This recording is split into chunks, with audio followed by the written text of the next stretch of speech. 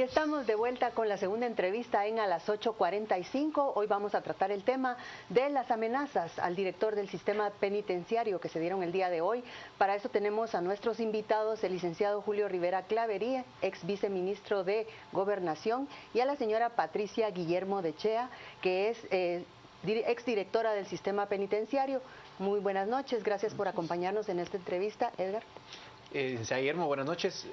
¿Cómo interpretar estos traslados de reos a estas horas de la noche? ¿Es algo regular y algo legal dentro del sistema penitenciario? Mire, lo que sucede es que tiene que ser hecho en ciertas horas para que sea más fácil la movilidad. Y además tiene que ser hecho sin que tenga nadie conocimiento. Que no exista ninguna advertencia previa, porque de lo contrario podría ser objeto de alguna emboscada solo para crear más zozobra en el país. Entonces, evidentemente las amenazas tienen que ser algo, una consecuencia lógica de lo que está pasando, pero sí es necesario hacer una clasificación muy pronta y precisa de ese tipo de delincuentes que genera una violencia desde lo interno del presidio hacia lo externo. Entonces se les tienen que colocar en cárceles sumamente cerradas, bajo un control estricto de comunicación, y así evitar que a través de un abogado, de un familiar o algo, trasladen indicaciones o instrucciones para más extorsiones o secuestros. Licenciado Clavería, ¿qué fue lo que motivó este traslado? ¿Tiene algún conocimiento sobre el tema?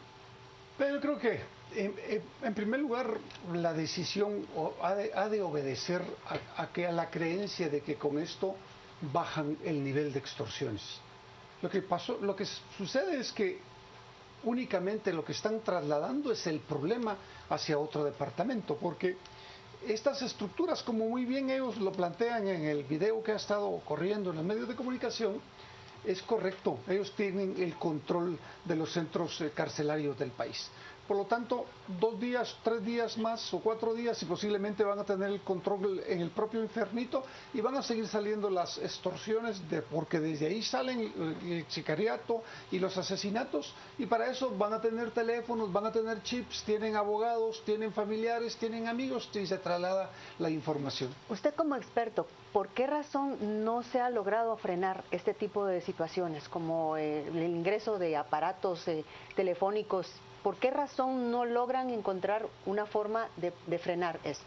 Hay 2 motivos que son importantes recalcar. Uno es el terror y el miedo que infunden las estructuras criminales como las maras en los guardias, en el personal administrativo. Ese es el primero. El segundo, la corrupción. Es decir, por ahí pasa pasa de ida y de vuelta el dinero, y así entra cualquier cosa. Y en tercer lugar, el gran problema es que la infraestructura carcelaria es obsoleta, es vieja, no sirve absolutamente para nada. Por lo tanto, el replanteamiento empieza por algo simple: crear cárceles ajustadas a la realidad del país, modernas, que permitan tener mayor control y supervisión sobre los internos. Pero mientras hay no hay infraestructura, ¿sirve de algo movilizar a los reos, trasladarlos? Mire, evidentemente, muy acertadamente dice el licenciado Claverí que tiene que haber una reestructuración completa, pero mientras que eso sucede, tenemos que hacer algo. Y ese algo es focalizar a aquel líder de la prisión. Se pueden ser 10, 15, 20, y a eso sí trasladarlos a un tipo de cárcel como Matamoros. Yo pienso que estar encerrado en un área específica, que tengan solo momentos específicos para tener un poco de sol, porque hay que tener reglas humanitarias que exige las Naciones Unidas, o sea, sí hay que respetarlas, pero bajo un control estricto. Los líderes no son muchos, para serles franca. Los soldados, que son la mayoría, que te voy a decir, porque podrán decir no son muchos, pero sí, las cabezas, esos que crean el delito, que son los planificadores, se pueden detectar en un cierto número. Los otros, que son los peones, los obreros, los soldados, esos pueden ser incluso sujetos, en mi persona lo digo, pueden ser sujetos hasta de una rehabilitación. Pero el sistema penitenciario sabe quiénes son esas cabecillas. Pues claro, el director es un director bastante que maneja mucho la inteligencia, lo hizo durante otra oportunidad cuando fue su director, y no me parece una persona que no controle. O sea, él sí puede manejar ese ingrediente de detectar a los cabecillas, porque de lo contrario, usted sabe, no podemos esperar a una construcción masiva y reestructuración completa de lo que son las cárceles, porque no podemos, hay que hacerlo ya, ahorita, con lo que podamos, medio habilitar un poco el sistema de ingreso, de cómo detectar a las personas que están ingresando armas, que es lo peor, ¿verdad? Y luego tener un control muy serio para cuando se comunican, porque incluso usted, en los más mínimas comunicaciones, ellos en clave, las maras en clave se comunican. Entonces, cualquier papel, como sea, detectarlo, quitarlo cuando salen las personas. Ingresan, perfecto, también su revisión, pero cuando salen es muy importante la focalización de lo que ellos puedan tener. Esa es mi opinión. Licenciado Clavería, ¿usted está de acuerdo con estas medidas que plantea la señora Adechea? Mire, yo ¿O hay otras? creo que todas las autoridades en el Ministerio de Gobernación saben quiénes son los cabecillas. Esto no es nada nuevo. Si ellos están ahí desde hace muchos años cumpliendo sentencias. En el caso de la Mara 18 está la Rueda de Barrio, que son los que dirigen las operaciones al interno y al externo, y por el lado de la Salvatrucha el Consejo de los 9. Por lo tanto, todos sabemos quiénes son. El problema es de infraestructura. Si usted no tiene una cárcel de máxima seguridad donde los pueda tener 23 horas dentro de una celda individual por una de sol, es imposible poder resolver el problema. Y lo único que se hace es trasladar el problema de un lugar a otro. Es decir, en Guatemala los bloqueadores no funcionan. En Guatemala los niveles de corrupción en el sistema penitenciario y en otras áreas del Ministerio de Gobernación son sumamente altos. Y esto implica un trabajo de fondo, pero que empieza con la infraestructura. Si no se resuelve el problema de la infraestructura, no estamos haciendo absolutamente nada. Pero digamos que en corto plazo, la licenciada Adechea sugiere, ¿por qué no pasamos a los cabecillas a Matamoros? ¿Usted lo considera una opción viable? Matamoros tiene capacidad para 16 detenidos. Más. No, yo conozco Matamoros. La cárcel de máxima seguridad de Matamoros son para 16, 18 personas. No tiene más. Y entonces, usted está hablando para poder aislar la gente que se necesita para bajar en un 10% los niveles de criminalidad en el país y poder meter ahí a mareros y narcotraficantes, secuestradores, quienes dirigen la verdadera esencia de la criminalidad, necesitamos mínimo, por lo menos una cárcel con 400 personas. Eso es lo mínimo que necesitaríamos en una cárcel de máxima seguridad. Y la montamos en 8 meses. Lo que se necesita son los recursos. Salvador la está terminando. Honduras tiene la del Pozo. Y la pueden ir a ver. Y ahí tienen a la gente. 23 horas de celda por una de sol. Yo, licenciada Adechea, ¿usted quiere...? Yo respeto mucho al licenciado Clavería, es una persona muy versada en el sistema de seguridad, pero le he de decir que en Matamoros, según información que yo tengo, es que son 34 espacios, los cuales pueden habilitarse otro número más. O sea, se puede incluso en el espacio, o sea, lo permite. De la misma estructura, cerradas las cárceles donde no se permite más que una persona o 2 personas y mucho. Y esas personas así, sumamente controladas. No con las 23 horas de no salir tampoco, porque entonces no se cumplen con las reglas mínimas de Naciones Unidas y nos atacarían de gente que no cumple con lo humanitario. Y hoy por hoy, disculpa, lo humanitario es primero para muchas instituciones. Entonces tenemos que dar una imagen de gente civilizada. Cuando usted dice, lo sacan al sol pues a ciertas horas con una terapia, algunos que ya están muy mal de la cabeza hasta con un tratamiento psiquiátrico, porque son personas, pero estoy diciendo los mareros. Lastimosamente los mareros son ahorita un gran flagelo para la población. Yo no sé, narcotraficantes, bueno, existirán ciertos asesinos que pueden también, bueno, pero los que sí tienen un ingrediente muy serio de criminalidad es la gente, los mareros, pero esos que dirigen. Yo no estoy hablando de esos otros soldados, sino que los dirigen y mandan. Entonces, al tener usted una ubicación real, no de 400, yo no considero que sean 400 los cabecillas, porque usted dice, y muy bien lo menciona usted, que la Mara 18, que bueno, o Barrio 18, como dicen ahora, y Salvatrucha, han generado un exceso de violencia en el país y hay un crecimiento. Que en la época de el ministro Villalman decían que no, que era una cuestión que se iban a matar entre ellos mismos, y no es eso, han crecido más. Así es que desde el 15 de agosto de 2005 que rompieron el sur, esos señores se han vuelto una competencia total para ver quién de los dos grupos domina más. Interesante tema, vamos a continuar después de una pausa. Siga con nosotros.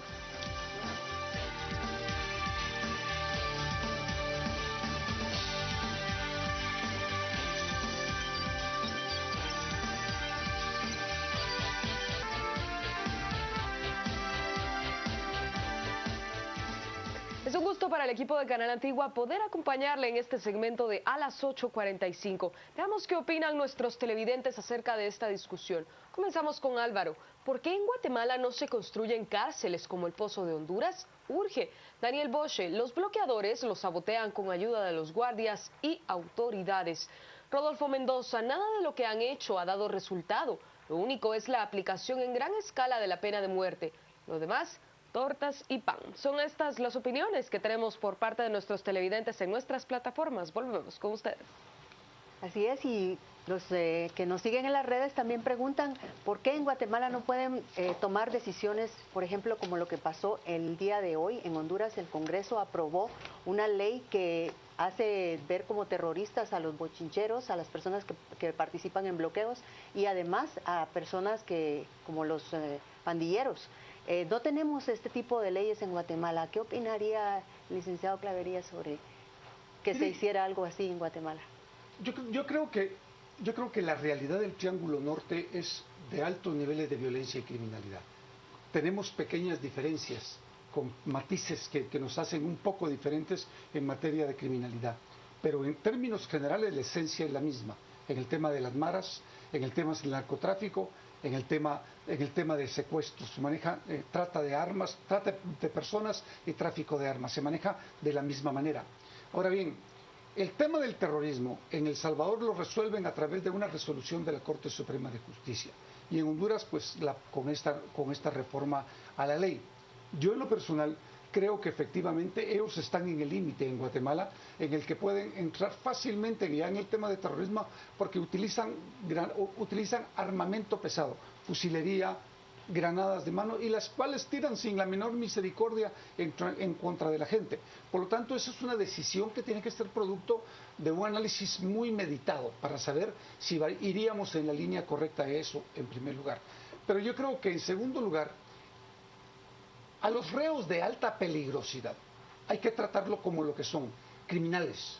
Y los mareros son criminales sanguinarios. Y yo soy del criterio y mantengo el criterio de que las cárceles de máxima seguridad en los países más o menos desarrollados usted los tiene 23 horas dentro de una celda por una de sol. Los tiene en Honduras, los tiene ya en El Salvador, los tiene en Brasil, los tiene en Colombia y es la necesidad porque aquí el objetivo más importante es salvar la vida de los ciudadanos de a pie, esos que andan en la calle y que no cargan guardaespaldas, que no andan en carro, sino que se suben en bus y que para comer se gastan la suela de los zapatos. Esa es la pequeña gran diferencia.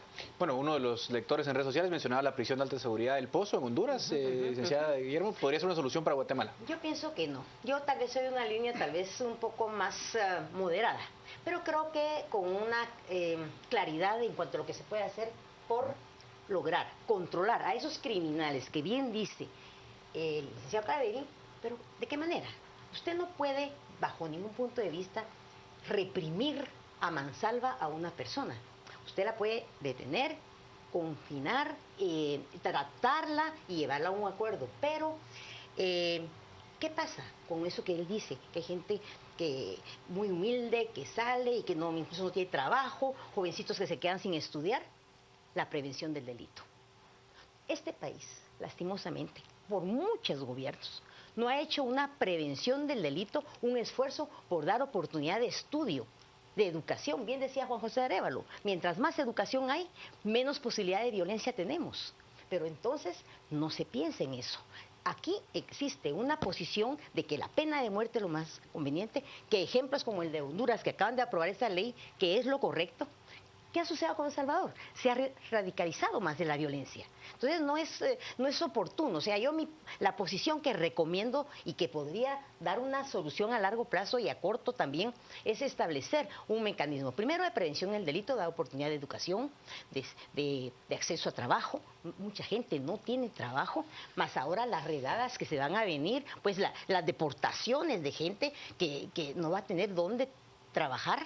Todo eso va a enervar un poco la situación. Pero la prevención es importante, pero ¿qué hacer con el marero que tiene 90 muertes en su récord? Claro, son los que yo le decía. Esos criminales sí tenerlos bajo una custodia diferente. ¿Y la pena de muerte? No, yo pienso que la pena de muerte, se lo digo, no puede ser un disuasivo, porque incluso en Estados Unidos la han aplicado y podrá ser tal vez una de las posiciones de algunos expertos en seguridad, pero yo en lo personal creo que eso no es la solución. No es porque yo sea sumamente católica o cristiana, sino yo pienso que la vida de una persona puede estar en un hilo, y si yo vengo y decido como juez, que hay unos que se equivocan bastante, aplica la pena de muerte a mucha gente inocente. Y discúlpeme, y se lo voy a decir claramente, en Estados Unidos hay cantidad de personas que después que se determinó lo de la famosa ADN, se determinó que la persona que habían sentenciado a muerte era inocente. Entonces, tengamos ese factor también dentro del esquema para no perdernos. Pero licenciada Chea, también hay estudios que indican que estos mareros ya no son recuperables, ¿verdad? Sí. Para la sociedad. Entonces, y no necesariamente solo los cabecillas, sino que una gran parte de ellos ya no se recuperan. Y han habido estudios y han habido intentos por recuperarlos. En ese caso, ¿qué se puede hacer? ¿Cree usted yo le aclaro. que esa situación puede Mire, seguir? usted tiene ese tipo de persona. ¿Y la sentencia de cuántos le pone? 90 años, quiero decir, los 50 años es el máximo. Entonces ya con 50 años esa gente va a estar encerrada prácticamente, no va a salir. Y disculpa, no han habido más soluciones en la vida. No, yo te digo claramente, pues porque sé que él tiene una posición sumamente correcta dentro de los parámetros que como técnico y conocedor tiene, porque yo lo respeto. ¿Su opinión? Yo creo que si la pena de muerte está legislada dentro de las leyes del país y tiene que aplicarse, que se aplique. Porque efectivamente sí es un disuasivo. Lo que sucede es que normalmente cuando a uno no le ha sucedido un hecho o cuando uno no ha visto cómo se suceden algunos de los hechos, uno puede aceptarlos. Pero el problema es cuando uno ve, por ejemplo, la señora que mataron con su bebé, que le pegaron un disparo en la cabeza. Simplemente se murió la señora, se murió el bebé y dejó una niñita de 4 años. Bueno, ¿y quién se hace cargo de la manutención, de la vivienda, de la alimentación de esa niña? ¿Quién la cuida de ahora en adelante? Nadie. Entonces, yo creo que la gente que comete ese tipo de hechos y que si un juez declara que efectivamente y comprueba que efectivamente ha cometido un delito de esa naturaleza y que se tiene que aplicar la pena de muerte, pues que se aplique la pena de muerte. Como también creo que a los criminales hay que tratarlos como lo que son, criminales, y los mareros son sanguinarios. No es posible no entender que una persona pueda despedazar y desmembrar en vivo a otra persona, y lo hacen. El problema es que ¿cuántos de ustedes o cuántos de los señores que pueden estar viendo el programa ahorita han visto fotografías de cómo quedan? ¿Se recuerdan ustedes el caso de la correccional de aquí de la zona 12, donde al maestro lo partieron, le abrieron el corazón, le sacaron el corazón con la mano? ¿Y qué pasó? Nada. 6 años siguen los muchachos. ¿Cómo se va a rehabilitar un joven que a los 14 años ha matado 10 gentes? Es decir, no tiene lógica. O replanteamos el país de una manera distinta o esto va a ir de malo en peor. ¿Y aplicar el mismo criterio a los menores de edad con conflicto con la ley penal? No, yo creo que hay que... Legalmente no se puede, pero yo sí creo que hay que hacer una revisión. Yo creo que hay que hacer una revisión. Aquí ¿cuál es el bien más importante a proteger? La población guatemalteca. La vida. La gente. Es decir, nosotros simplemente nos bajamos y nos subimos un carro y nos vamos tranquilos. Pero ¿y la gente que anda en buses? Que sabe que la pueden asaltar, que sabe que la pueden asesinar, que sabe que la pueden violar, que saben que le pueden robar. Entonces, ¿quién la defiende? Absolutamente nadie.